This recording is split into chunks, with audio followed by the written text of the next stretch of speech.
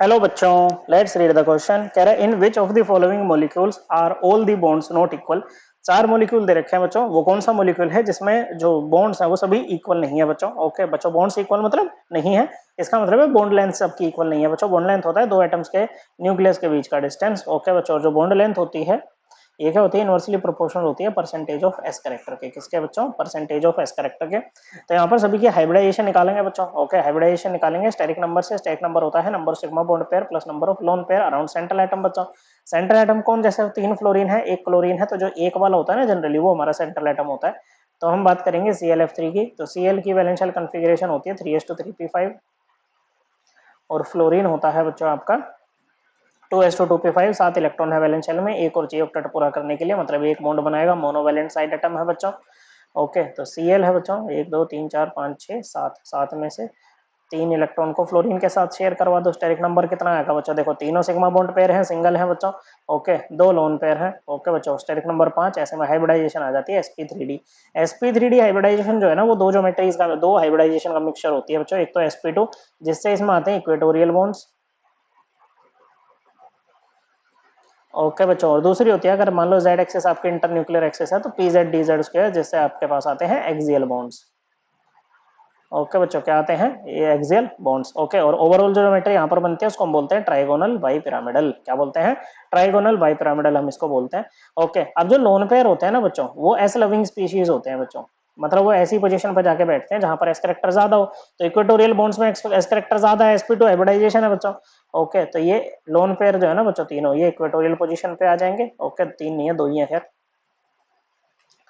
Okay, और जो बच गई देखो ऐसे होती है टीबीपी आपकी, जैसे ये सेंट्रल एटम। ओके, ये 2 एक्सियल पोजीशन, ये 3 इक्वेटोरियल पोजीशन। ठीक है बच्चों, तो 3 में से 2 पे आपने लोन पेयर को बिठा दिया। ओके, और जो इलेक्ट्रोनेगेटिव एलिमेंट होता है ना बच्चों वो एस फोबिक होता है, इसको एस करेक्टर से ना डर लगता है। ओके, तो ये उन ऑर्बिटल्स में जाके बैठता है जहां पर बच्चों एस करेक्टर कम हो। तो बेंट रूल भी यही कहता है कि भाई ये जो आपका जो इलेक्ट्रोनेगेटिव एलिमेंट है ना वो एक्सियल पोजीशन पे जाना प्रेफर करता है। तो फ्लोरीन पहले कहां पर जाएगा बच्चों? यहाँ पर इन एक्सियल पोजीशन पे जाएगा, फिर तीसरे फ्लोरीन को जबरदस्ती यहीं पर आना पड़ेगा बच्चों, इक्वेटोरियल पोजीशन पे। अब देखो बच्चों यहाँ पर क्या है, देखो ये इस बॉन्ड का नेचर अलग है इन दोनों का और इसका अलग है बच्चों। क्यों? क्योंकि यहाँ पर परसेंटेज एस करेक्टर ज्यादा है बच्चों, क्योंकि ये sp2 हाइब्रिड ऑर्बिटल के ओवरलैप से बना हुआ है बच्चों यहाँ पर। ओके बच्चों, और यहाँ पर जो हाइब्रिडाइजेशन है वो है PZ/DZ²। ओके, और होता है क्या है बच्चों यहाँ पर जनरली एक्सियल बॉन्ड लेंथ जो होती है ना वो ज्यादा होती है किससे? इक्वेटोरियल से। ओके, एक्सियल ज्यादा क्यों? क्योंकि परसेंटेज एस कम। इक्वेटोरियल के कम क्यों है? क्योंकि परसेंटेज एस ज्यादा है बच्चों। तो यहाँ पर ना सभी बॉन्ड्स इक्वल नहीं होंगे, तो ये हमारा आंसर होगा बच्चों। ओके, नेक्स्ट आते हैं BF3 पर। बोरोन है सेंट्रल एटम बच्चों, वैलेंशियल कॉन्फ़िगरेशन है 2s2 2p1। 3 इलेक्ट्रॉन है वैलेंस शेल में। ओके, तीनों को फ्लोरीन के साथ ये शेयर कर लेगा बच्चों। स्टेरिक नंबर कितना आएगा अराउंड बोरोन? ये आ जाएगा बच्चों आपका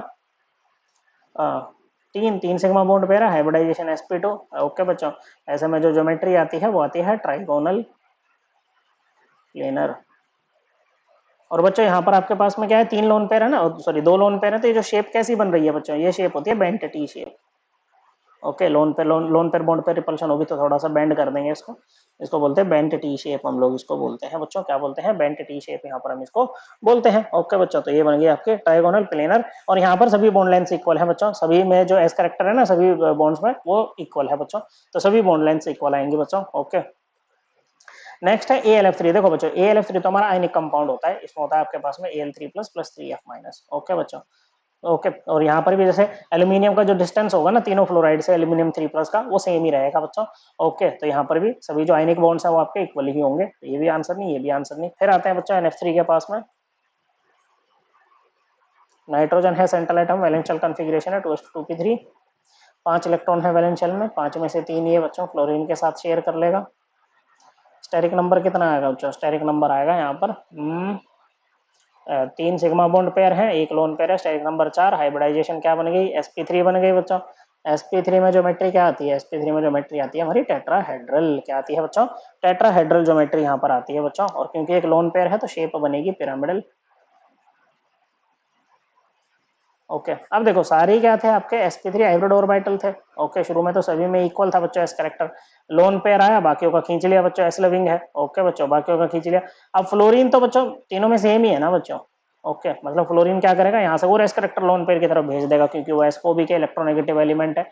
ठीक है बच्चों, लेकिन तीनों बॉन्ड्स में जो ओवरऑल जो मतलब रिजल्टिंगली यहाँ पर एस करेक्टर आएगा ना, वो तीनों बॉन्ड्स का इक्वल रहेगा बच्चों। तो यहाँ पर बॉन्ड लेंथ भी इक्वल होगी, तो एक ही टाइप के बॉन्ड्स होंगे बच्चों। ओके बच्चों, इस मतलब तीनों बॉन्ड आपके इक्वल आएंगे NH3 में। ओके, तो ये भी आंसर नहीं है बच्चों। All bonds are not equal in ClF3, so correct answer option 1। Okay बच्चों, तो ये जैसे बच्चों बॉन्ड लेंथ वगैरह का अगर हमें डिस्कशन देखना है तो हम इसको एनसीईआरटी से रेफर कर सकते हैं बच्चों। ओके बच्चों, जो हमारी क्लास 11th की एनसीईआरटी है बच्चों, उसमें हमें जाना है चैप्टर 4 में। किसमें बच्चों? चैप्टर 4 में। ओके बच्चों, चैप्टर 4 कौन सा है हमारा? केमिकल बॉन्डिंग वाला जो चैप्टर है, उसमें अगर हम जाते हैं बच्चों पेज नंबर, ये हमें मिल जाएगा पेज नंबर 103 पर। आई होप आपको ये एकदम क्लियर हो गया होगा। थैंक यू बच्चों।